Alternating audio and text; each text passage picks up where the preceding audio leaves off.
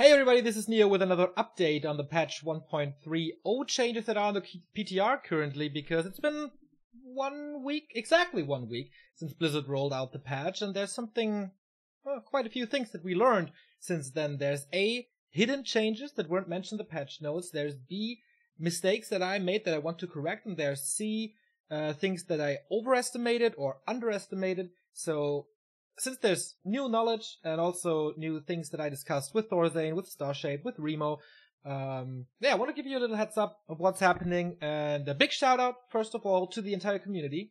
I had a little bit of a love-hate relationship with Reddit in the past 4 weeks, but I think the feedback for the patch notes was absolutely insane. So many people showed up with very good changes, with very good ideas, in a very mannered way to express them. So I want to give a shout out to the entire community, also in the Battle.net forums, in our YouTube comments, on Facebook, everywhere. The feedback was really good and really insightful, and yeah, it's very rare, I think, for a community to show how mature they are and how invested they are, and that made me really happy. So before we start here, shout out. But, of course, you want to hear what I have to say, or what we discovered since last Thursday. So, let's see. Let's start with the humans, because I said that the Brilliance Aura nerf was going to be big, and I don't think so anymore. Like, I think it's necessarily nerfed, with the level 1 not being touched. Level 2 decrease is noticeable, but it's not too weak. At level 3 Brilliance Aura we've never seen, basically.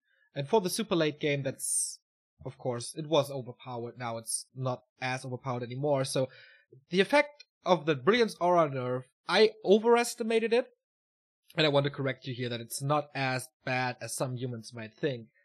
That's the start. And the biggest thing that was discovered is concerning the Footman, and that changes so much that this will most likely be the majority of the video here. There was kind of a cryptic description for Defend, for the bug fix that they did, because it said, quote, consistently reflects damage from piercing again. So we didn't really know what that means. We knew that Defend was probably too strong, so people found out how it actually works. And in 1.29 and before, it was the case that 25% of the incoming attacks of piercing were reflected with 100% of the damage, so everything got reflected. 25% of the incoming attacks just disappear. They don't end up on the Footman, they are not reflected, they're just gone. 50% of the incoming attacks do 50% damage to the Footman, so it's reduced damage.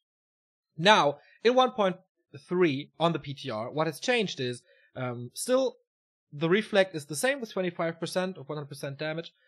Isn't it 90? I'm not sure. Then the disappearing attacks are gone from the defend equation. So that's a huge nerf already for defend. And 75% of the incoming attacks do 60% damage to the Footman. So defend is weaker. That was in the patch notes. The nerf that was in the patch notes.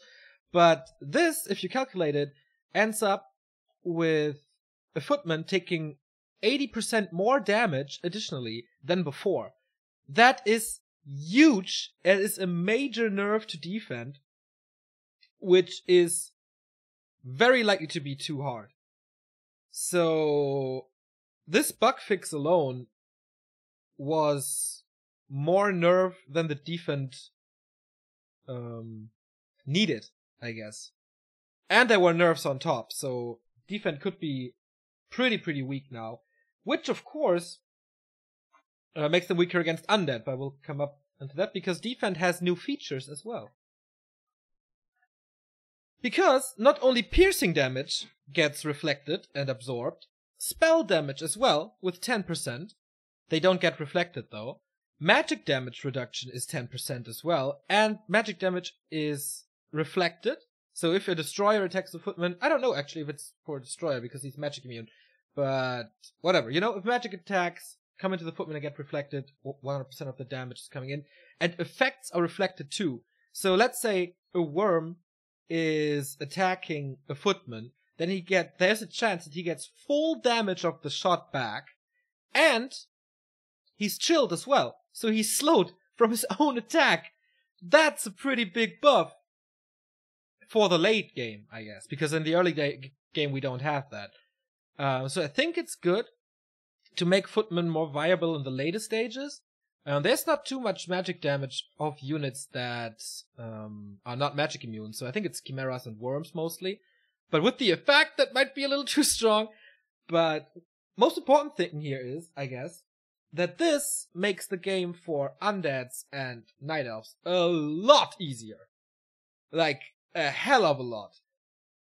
Just think about how many times have we seen a human expansion, and the undead is trying to break it with footmen, with fiends and statues.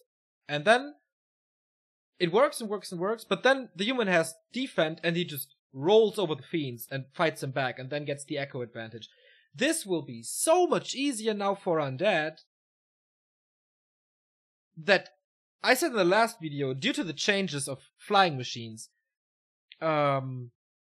human will be super OP to undead. I don't think that's the case anymore. I think undead will be able to do severe damage to human early on, and this one change, in my opinion, in my theory crafting, is flipping the entire matchup 180 degrees. So that's pretty sick. Speaking of flying machines, I said they are gonna be the most imbalanced unit, and a lot of people will play mass flying machines to just lame.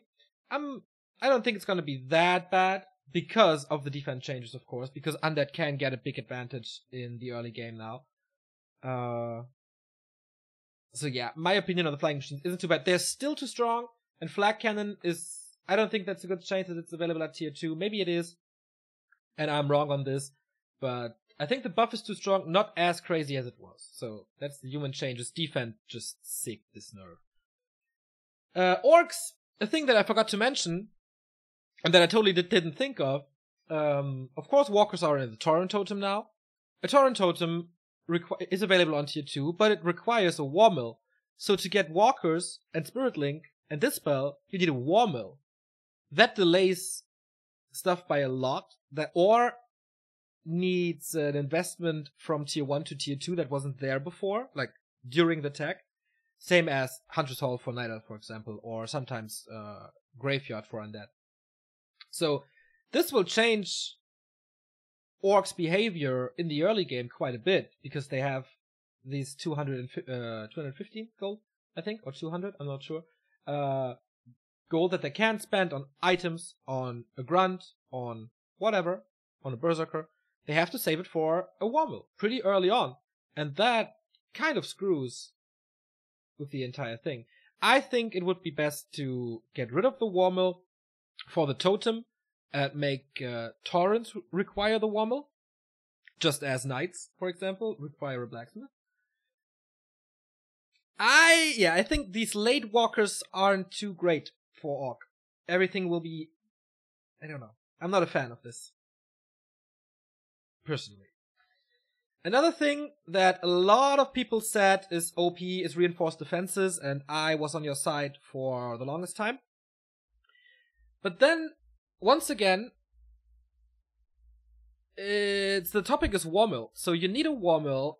This investment into reinforced defenses, which is not too much, but still a lot of lumber, and orcs in general don't have too much lumber. This is an investment that you did not need before, or did not need to do before, and you didn't want it really, except against undead, because otherwise you're not on tier 3. So orcs have to rethink a lot of their building order and when they get what. And this is pretty unpredictable, how they will do this and when will they fit in this reinforced defenses. So, of course, there's still timing windows to push the burrows now for Night Elf and for Human, especially right at the beginning of tier 2.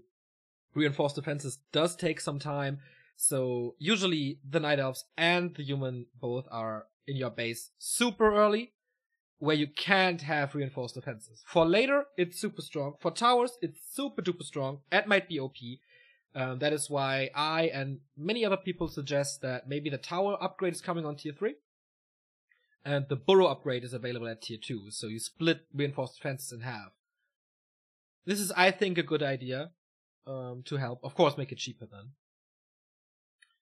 So that's the thing we learned from orcs. Undead, Necropolis. It's not directly Necropolis, but the tech is more expensive now to tier 2. Because how it works in the in-game is that the Halt of the Dead, the tier 2 Necropolis, costs like 600 something gold in total. So because they reduced the cost for the Necropolis, this balances out in a more expensive tech to fill up to that 600 gold again, you know? So a tier 2 tech costs the same basically if you build it from scratch, but since you start with a Necropolis and do your tech there, it's more expensive now. I think this is just a bug and they will fix it, and this is not intentional, but it's something that we learned. Ninja changes, as Remo called it. Necromancers! A thing here that we learned is Skeletal Warrior's hit point is increased, and this does not only go for the summons of the Necromancer, but it also goes for Rod of Necromancy. So across the board, skeletons have 10 HP more, except for the Dark Ranger. So this is a buff to undead early on as well, since you start using Rod of Necromancy immediately. And this is like 10 HP is cool to have. It's a slight buff for it's another slight buff for undead in the early game, which is kind of okay, I think. A nerf is on the other side that because they have more HP, they get purged now from creeps, which is not that good. So that's a pretty hard nerf, I think. I don't think this is intentional as well. It has something to do with some game mechanics, and you have to lower some values or something to make that to the 1.29 state again. A thing that I underestimated is Disease Cloud from Abominations. I thought, okay, it's 2 DPS now instead of 1, but lower, like, it's still, like, I thought it's gonna be good. I think this is very strong now, especially versus Night Elf. Some people even say that Abomination is a mandatory thing now for late game. I think it makes up for a lot of damage that Abominations usually don't do. They're there to block, mostly, because of their big collision size. They don't do much damage. Abomination makes up for it, and it's a very late upgrade, which should be strong. So this feels very right to me. And yeah, better than expected, obviously. Tinker, when I did the videos that are online already on YouTube, I didn't really know what to think about the Pocket Factory change. From heavy armor to from normal armor to heavy, because the thing is, early on it's easier to kill, especially with Footman, with Militia, Huntress, whatever. But now you usually have him in the late stage or with cheese tactics. But in the late game, this is way easier to cancel now, because you basically always have magic damage that does more damage to heavy armor, of course. Walkers, destroyers, casters for human. So this is a nerf. I'm very sure now that this is a nerf. So this is what I wanted to mention as well, that I had this revelation that it's certainly a nerf.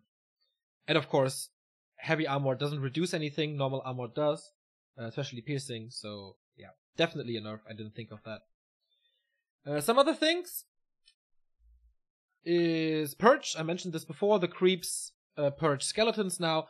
Boots of Speed. I thought this is gonna be working differently. I thought that when it's 7 PM in-game time, there's just 2 Boots of Speed available. This is not the case. It's just possible that there are 2 boots in there. So once again, we have a battle for the boots at 7 PM Warcraft time. This did not change.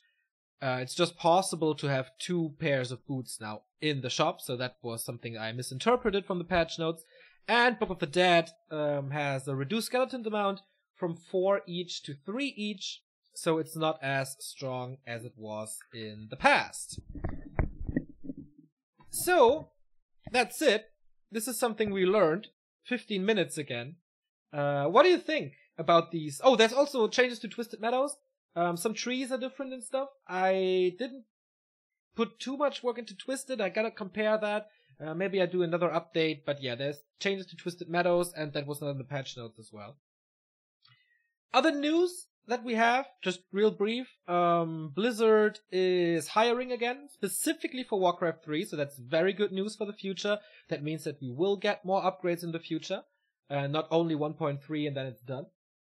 Mad Frog is streaming on Twitch, twitch.tv/MadQFrog. It's on Read More and Warcraft3.info. It's linked everywhere, basically.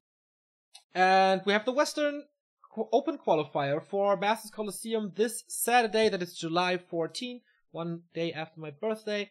And we're gonna cast that. You can sign up, qualifier.backtowarcraft.com.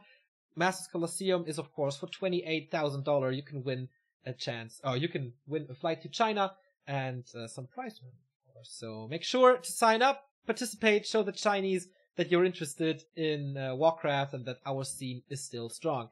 This was a brief update about patch 1.30 that is on the PTR. Thanks for watching. I hope you like it. Please feel free to leave a comment how you like the changes, how you like the theory crafting that we did. And what do you think? Or what did this change your opinion about the patch? Let me know. We will be back with Warcraft action here at Back to Warcraft. Leave a subscription if you like. We're getting close to, I don't know, 20,000. That would be cool to reach that very soon. Have a nice day. Bye bye.